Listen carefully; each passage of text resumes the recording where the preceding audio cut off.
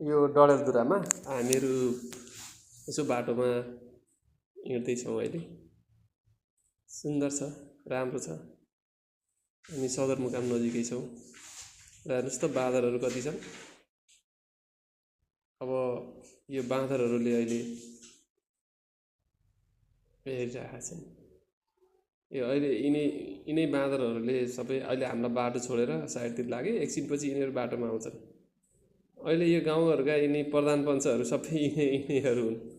यिनीहरूले सम्हाल्छन् खेतीबाली, कर तिरो सबै यिनीहरूले लिन्छन् र गाउँलेहरूलाई लखट्नलाई यिनीहरूको महत्त्वपूर्ण योगदान छ।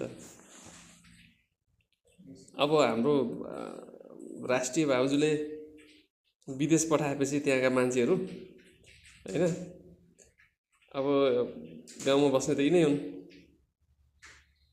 अहिले यिनैले हेर्छन् सबै चिज